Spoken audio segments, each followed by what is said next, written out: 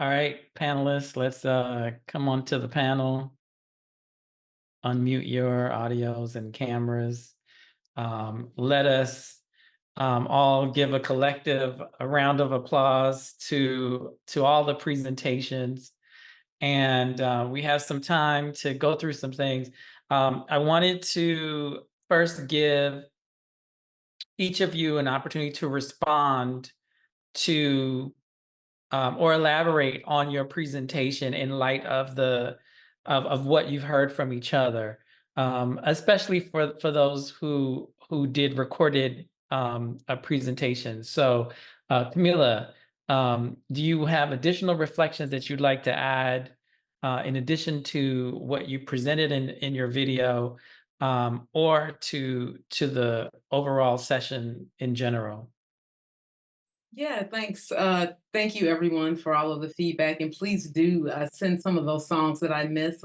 Someone said they would add "What's My Name." So this is some ongoing work for me, and I think I'm going to follow what Twyla Perry said about us needing to publish more and develop this particular presentation into a paper. But one of the things that just has shocked me, like yesterday, like I said, I recorded my video on Friday. So yesterday, when y'all were dragging Race for Filth, I had no idea that it would be in such good company. So it was nice to be affirmed in my feeling towards race, because as I mentioned in the closing with the group yesterday, I realized that at this time, many of us were listening to Come and enjoying Prince in isolation. So we really didn't get a finger on the pulse of what people liked or how they were responding to things. So later, having those comments from the org and then being here this weekend, seeing the range and how people responded and how much it aligns with Dr. Burrow's theories about the differences in stage 5 and the way the home community and the dominant culture respond to Prince. So that's been great for me. So in terms of presenting this particular topic, I've enjoyed seeing the responses to it because it really feeds through and aligns with my research. Crystal, I think I put in the chat that you might have accomplished a partial redemption of race in your presentation, and I think highlighting some of the anti-racist possibility of the song. What are your reflections that you'd like for us to share as we go into this conversation? Yeah, race is that the song. So when I was listening to you all's group yesterday, I was like, oh my goodness, and we have two presentations on race. How is this gonna work out?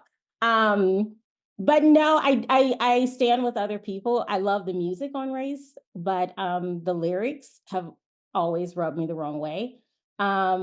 And then I just said, it's an important moment because of, as an educator, experiencing all the book bans, working with teachers, certain books and histories, they feel uncomfortable teaching when they weren't comfortable in the first place and just gets an out, right? So it's like, okay, right, how can I use this song to kind of bring up some of those issues? And I do think that's the possibility in it. And I think an artist like Prince, right, he's so prolific. And I think, and yes, I can agree with him in fighting for your humanity. And so within that is, I need to express myself and I need a space. So, for example, as an educator, if I have a student and they're writing something that I disagree with, it's like, you're writing, this is great, right? Like you're working through things in your life. We can't stop a person at one point. And so, yes, kind of getting meta to think about that's part of Prince's process. And so, yes, to hear the other people kind of heard was off about race and racism in race was great, but it's also a moment to say this is why conversations need to happen with yourself and with others. So that's the redemptive quality I see in the song, and so I appreciate being able to hear other people understand that. But then also, like, yes, let's not throw it out because there's still possibility within that, and this is still part of a Black intellectual um, thought experience to say I need to vocalize what I'm experiencing. So yeah. Robin, so you're in Dr. Mauri's presentations. Help us understand, like, positioning Prince's work and giving women agency or presenting agency. And I think, this was coming up in the chat. I wonder if you can help us think through, are there any constraints in Prince's framing of women's and centering women's pleasure and sexuality and agency? Are there any constraints that you or tensions that you found in Come specifically? The only thing is that I do believe that he was very much interested in female pleasure. I definitely believe that. But then, that also becomes a sort of ego patriarchal thing, whereas like I can do what no other man can, which still positions him as an alpha. So I did think about that, but we didn't have that much time, but I kind of did want to touch on that a little bit. So I feel like there's a tension in that respect, but I do feel like he also wasn't maybe more earnest in his desire to figure it out than I personally experienced. And Scott, so we'll come back. We have 2 questions for those of you in the chat room. Please, if you have questions or even comments you want the panelists to reflect upon, use the Q&A function, because we're not able to follow this. The chat is lively, and so we're going to miss some things. Scott, I wonder if I was like, "Ooh, he about to drag solo." Tell us a little bit more about this transition from what Prince's musicality does to a poem that you render or you assess as not being particularly impressive. Well, Zaheer, it's awesome to see you as always. And that's a great question. So Prince can do anything vocally. That's the thing we must bear in mind. And so I'm telling you as a poet, I'm telling you as someone who's been putting on poetry shows for 25 years, that is not a good poem. That is not up for debate. The only thing that you can say is that Prince is so amazing at what he does that he can turn a literal phone book into a hit. What else can be said? Well, I appreciate I appreciate it. I appreciate your slide, because for someone who is not, my thing is history, not literature. So I appreciated your slide that broke down why as a poem it did not live up to your standards, but then why as a song it does. I want to go to the Q&A, and certainly if there are other points that people want to raise, I have some others I want, but let's start with a question from Daryl for Kamilah that says, I noticed that you did not mention Welcome to America, which I call Prince's real Black album. Did you only mean to include those releases he did himself? Would it change any of your analysis if you did include it? And I'll ask Crystal to also reflect on that, since you both dealt with Prince and Blackness. Good question. Thanks. I was trying to, from memory, and I have a Prince Race Records playlist. So I was trying to grab some of the ones that were on the playlist and separate them. And I know I didn't include Running Game, Son of a Slave Master, and 1,000 Light Years from Here. I don't know how I missed Welcome to America, but I would definitely include that in the last 20 years, the 1995 to 2015 Race Records batch. I would definitely include those, and then they just serve to further demonstrate my position on how much more overtly and directly he dealt with race in his music thematically. Crystal, I'll pass the mic. Okay, there we go. In terms of that album, definitely would fit into part of his racial consciousness, and I think by that time, he was he was doing a better job in terms of exactly naming Blackness, naming racism and race. Much better job by what, 2010, 20, late 2000s. So I would definitely feel completely comfortable with putting that into where Kamilah is, including with her race records for sure. So another question that I think I'm gonna pitch this to Crystal. I'm going a little bit out of order here, but just to kind of follow the thread. From Liam Barry, I mentioned in the chat about MAGA's response to the Harris ticket, how they tried to define their view of race seems reflective of the early presentations. And I'm assuming this is a reference to like who is Black and who is not Black. I think both Kamilah and you touch on this, but Crystal, I'm throwing it to you because what was interesting to me was your reference to Phyllis Wheatley and Frederick Douglass, both of whom there were attempts to dissociate their Blackness from their genius. And I wonder if you could talk a little bit about your choice in using them as your frames of reference for your discussion, and if that was one of the factors. Yes, and well, one part, right, in thinking about Black intellectual thought is about this element to it that I'm a bit uncomfortable with, and I will just say that, where it's kind of like proving, right, that you are human, or showing, right, because in the intellectual, and that Black folks are intellectual and can be intellectual and they can learn. That's part of why, another reason why education comes up as such an important piece in thinking about right, a fight for your humanity and justice and liberty and equality and all those things. So because it's the idea that Black folks can't be this, coming out of, right, you were enslaved, and the whole point was for you to be labor and just do these menial and manual tasks. So, and there is this thing where I do think a lot of some of those early thinkers in their publications are writing things that are kind of separating Blackness and intellectualism, which is a problem for me.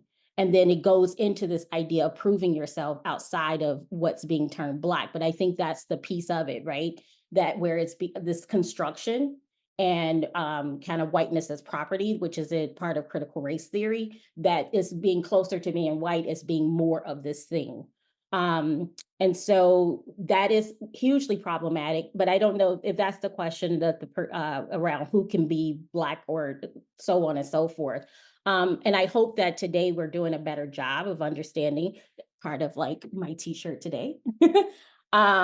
Right, these are not, right, your race is not determining, right, your intellect. And also a quote that I have from Toni Morrison, right, is you're just going to get caught up in this idea of keep trying to prove yourself, that you can do all of these things. I can be a scientist, I can be an artist, I can be a musician, I can be all these things, because you're trying to prove that. And so I hope we're out of that, if that's the question, because as we can see, I mean, again, why Prince is a great illustration of this. You can do all these wonderful and great things. You can produce all of these records and perform at this and be the best in many things, but it's going to come down to you being Black and experiencing all of these inequities. So what's the point in proving yourself? So I don't know if that was your question. Yeah. I think so. I mean, if we have a chance, we can circle back. I want to go to Samantha McCarroll Hines' question. And I think we're going to direct this to Robin. I got to know Prince on a personal level as a child, so I've never viewed him in a sexual context. Yet his music still empowered me sexually throughout my adult life. So my question is, do you think it's necessary for listeners to be attracted to Prince himself in order to feel the sexual empowerment conveyed through his music? Or can the themes in his work resonate independently of that attraction? That's a good question, because for myself, I know that I've always felt a certain kind of way about him. But I don't see why not. If you don't have that kind of thing for him, all of his music is a message. There's so many different messages. This is just one. So it's just, you could take it like that. Like, okay, what can I learn from this? Like, all art is also supposed to teach you something. So you don't necessarily have to have like this attraction to him to understand what he was saying in this kind of aspect of what he was trying to do with his art. Like, I don't think so. But like I said, it's hard for me to to say that because I know how I feel, but I don't think so. Okay. Scott, this is from Daryl. Is there any Prince song you would consider good poetry? Most of them. Prince is an amazing poet. It almost begs the question, why bother to commission lyrics, right? But I get it. I mean, under that circumstance with Huang and, wanting to bridge into other musical forms like musical theater and such, yeah, sure. Let's try it out. Let's see how people who do this regularly or want to accomplish that. But to your question, I think most Prince lyrics, most, and I mean like better than 50% by a large margin, are comprised of great poetry, great hooks, great structure, great meter, all of that. Like all of and I'm not like a form head, right? I'm not like a poetic device head.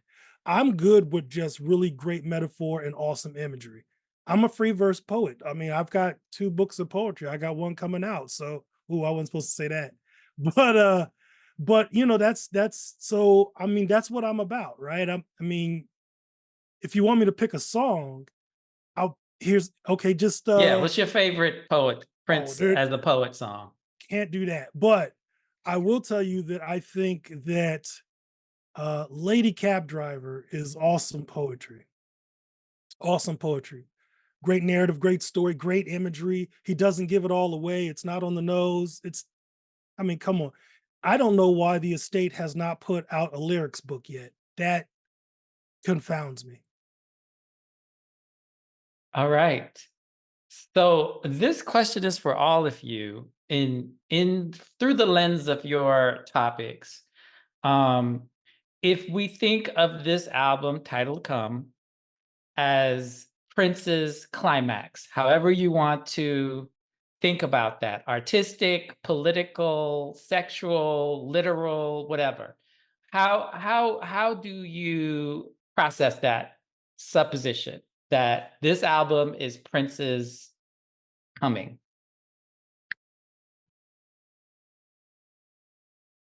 Can I just say I sort of the first thought was that I think this was the last album with the name Prince.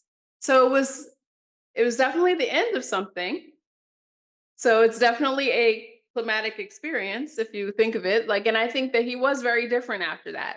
Like, this is where it ends, this is where it stops, this is the big uh I was gonna say something silly, but like it's the big ending. Well, because I'm thinking of Crystal, I think is the one who had the picture of Prince just laid out. And I think it was Prince, he was tired. Like, I mean, It's a happy ending. Racial battle fatigue, Zaire. Racial battle fatigue.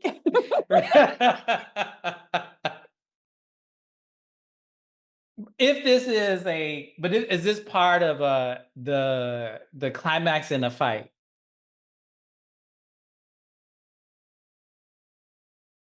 That's a good question, Zaire, because as I said in my presentation, I definitely see it as an ending, but an ending that's a catapult as well. So I love what Crystal added about the racial battle fatigue, because it's something in the Martin Luther King interview that I quoted so heavily on those slides. And I encourage everyone to please go watch that NBC interview, because it's actually titled The Next Phase in the Civil Rights Struggle.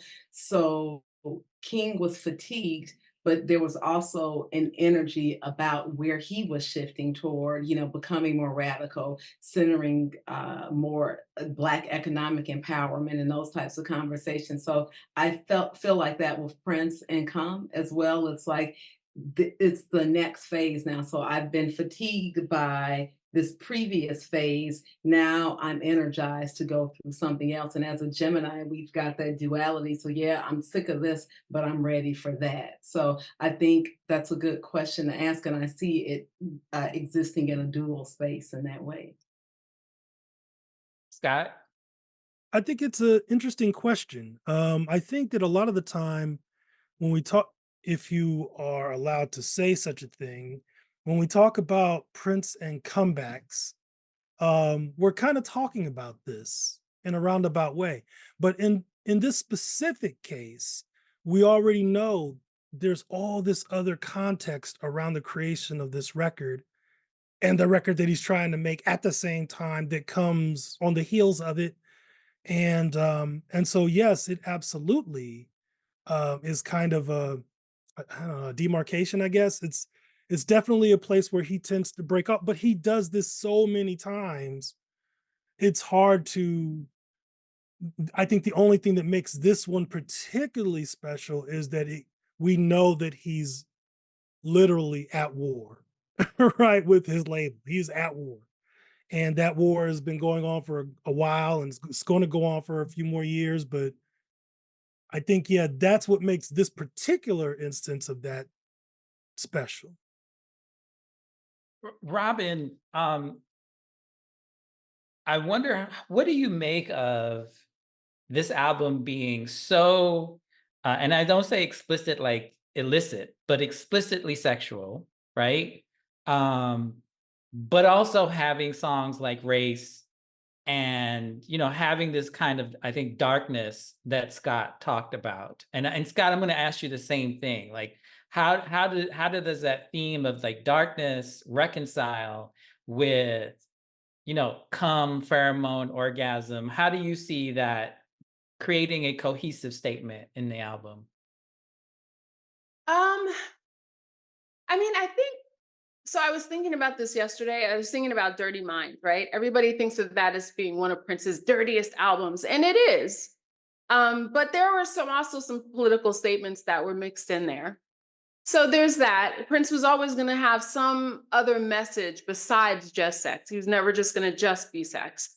But I think like if you compare Dirty Mind to Come, also one way to look at it is like he was young and wild, and now he's more sophisticated. So what he's going to talk about in this whole sexual aspect of this album is going to be something that really he's got something for your mind. He's got something a little bit more to it. There's a little bit more substance to it than it used to be. It's also kind of a next level kind of thing. So it is weird. It is definitely weird to have a song like Race in the middle of all this other stuff, but it is also interesting that like the first part of the album is kind of like this dirty stuff and this dark stuff and this like let it go. It means he's like kind of releasing all of this negativity into the world, and then orgasm just, I don't know, sends you off to the ending. I don't know how to really say these things and be like intellectual. No, I think that this is what it is. Scott, how do you reconcile the darkness that you've identified in some of the tracks with, the other major themes in the album? I think Prince has always been dark, right? Like that's not a question. Like tons of suicide, not tons, more than usual levels of suicide ideation in Purple Rain, in Graffiti Brit. Like this is not new territory for him, but also kind of that marriage of death and the sexual. It's just, I think he's just kind of. He's always been about. How do I want to put it? He's always been about euphemism. Mhm. And all you have to do is think about, which he loved, and we know that he loved things French. And so when you consider the phrase petite mort, like, the little death, is that describing orgasm, right? It's kind of a layup for Prince, right? So he's always going to have a little bit of both, I think, in it. That's interesting to bring up that idea of the little death, considering that he's basically presenting himself as though he's in front of a cemetery with his birth and transition dates on it.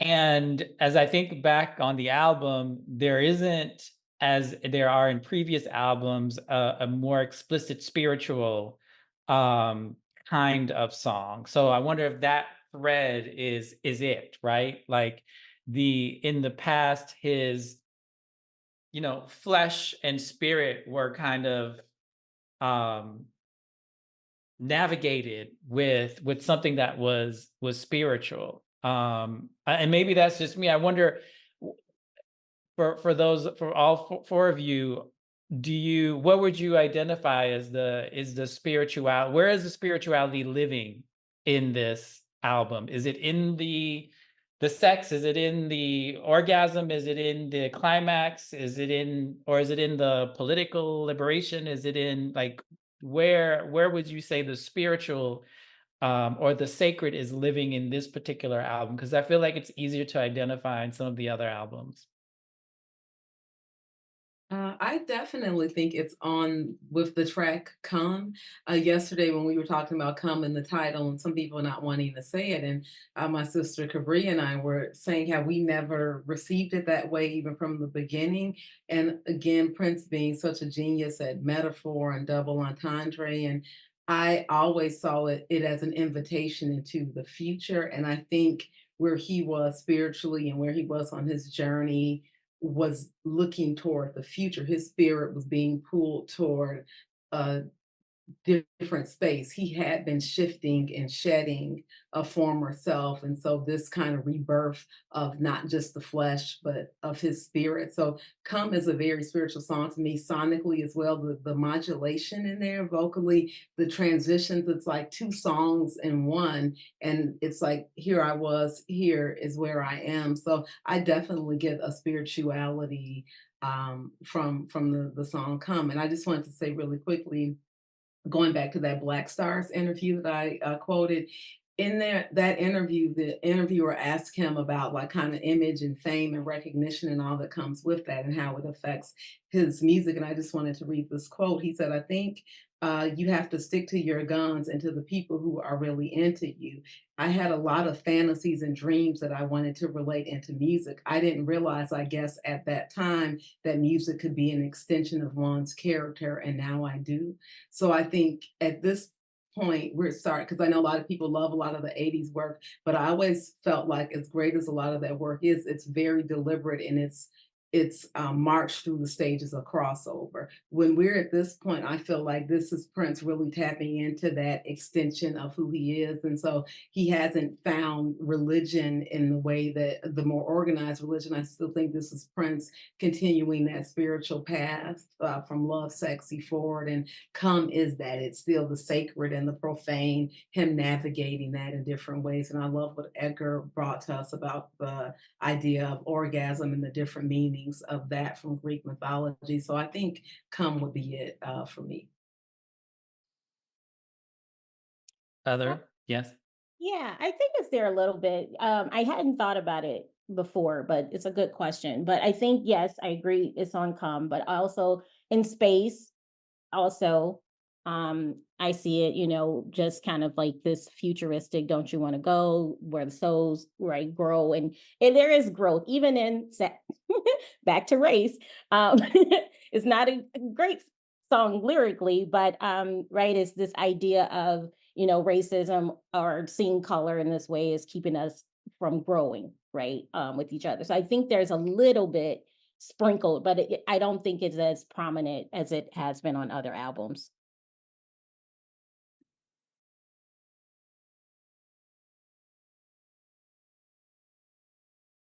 Anyone else want to tackle that question? Where do you find the sacred in Come? I would also add maybe dark. Not that it, because I feel like everyone goes through these periods where they like are at their lowest point, or they're in a very dark space, and always from that darkness is light, right? So I think that would also be there's always some sacred in most of what he's doing. I think that's another good example of showing like how you can be at that place, but you'll be okay. Yeah, I just saw Zach say dark is extremely gospel. Absolutely. With those organs, as I said yesterday, they'll need to be mixed up further into the mix. I need them a little louder. Scott, where are Yeah, you finding the sacred in Come? I don't know if I have anything concretely to add that has not already been raised. I will say that, clearly this is not as obviously in that direction as other records, previous efforts.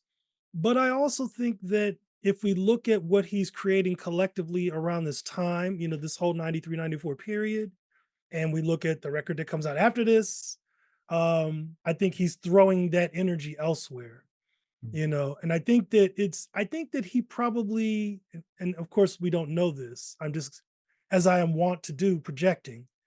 um I think that if this is kind of a middle finger to Warner Brothers, he shouldn't sully that effort with God too much, right? All right, final words on this album. What is it that you want us to take away the next time we listen to this album? And I'm inspired by Scott's list of do not listen to solo unless you want. What would you say? I can't remember. He's like, unless you want your day to stop. Um, um, what is it that you want people to that could be a risky question. I would say, what does you want people to do the next time they listen to this album? But hey, let's just go with that. What do or take away? Kamilah. Oh, We'll go. Yeah. Go ahead, Robin. I think there's been so many different interesting conversations about all of these songs. And so if you don't like this album, which I don't understand why someone would not like this album, but it's all subjective, right? I would say really think about all of the different perspectives and all of the different things that we've all thought about really deeply about this album. Because I've always personally felt that this is very underrated. It's to me, it's one of my favorite albums. I don't understand people who, like I said, I don't understand people who don't really like it. So just listen to it with a new, like you're gaining so many interesting perspectives from all of us. Just if you don't like it, if it's not your thing, just give it a new listen, but try to pull in all the different things that you've heard over this weekend about it, because it is actually really great.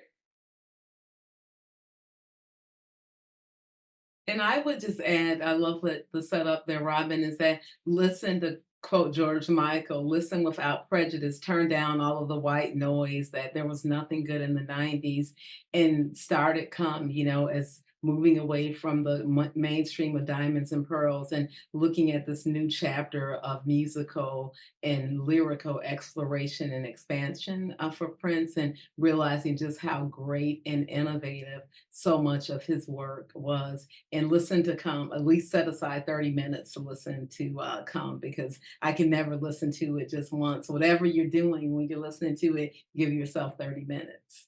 Well, I think Robin was going to tell us we need 11 minutes. I need 30, Robin. I mean, hey, if you want to listen to it again and go through the whole situation again, that's on you. Go Crystal, what do you want people to do when they listen to this album the next time? Yeah, I think if they hadn't thought of Prince as a Black artist and all that came along with, to think about it even from the previous presentations about, right, what is he dealing with from the music industry standpoint and record deals and what that meant in the 1990s, and for this album to still come out and however he also felt about it. And then also just what it adds to his artistry and him as a Black man, I think that's important.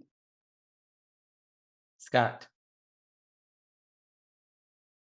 So I apologize that I was not able to watch the many discussions from yesterday. So I'll just throw this out there real quick. I do not go to this record very often, but when I do, it's specifically to listen to solo. And I did an experiment with myself not too long ago where I just listened to one song for a week. every time that I would have listened to music. So when I got in the car, I only listened to this song. When I was at work, I only listened to this song. When I was at the crib, I only listened to the song. And I just wanted to see what it was like to meditate on a single song like that. And it wasn't solo, but I kind of, because I mean, my God, why would you do that to yourself for a week? But I would encourage people to like really just sit with at least that song on repeat for like an hour. And it's not about appreciating the song. The song speaks for itself. It's about what you get out of it, what it calls forth in you. And I think if you want to do that to the whole record, you can, but at least try it with solo.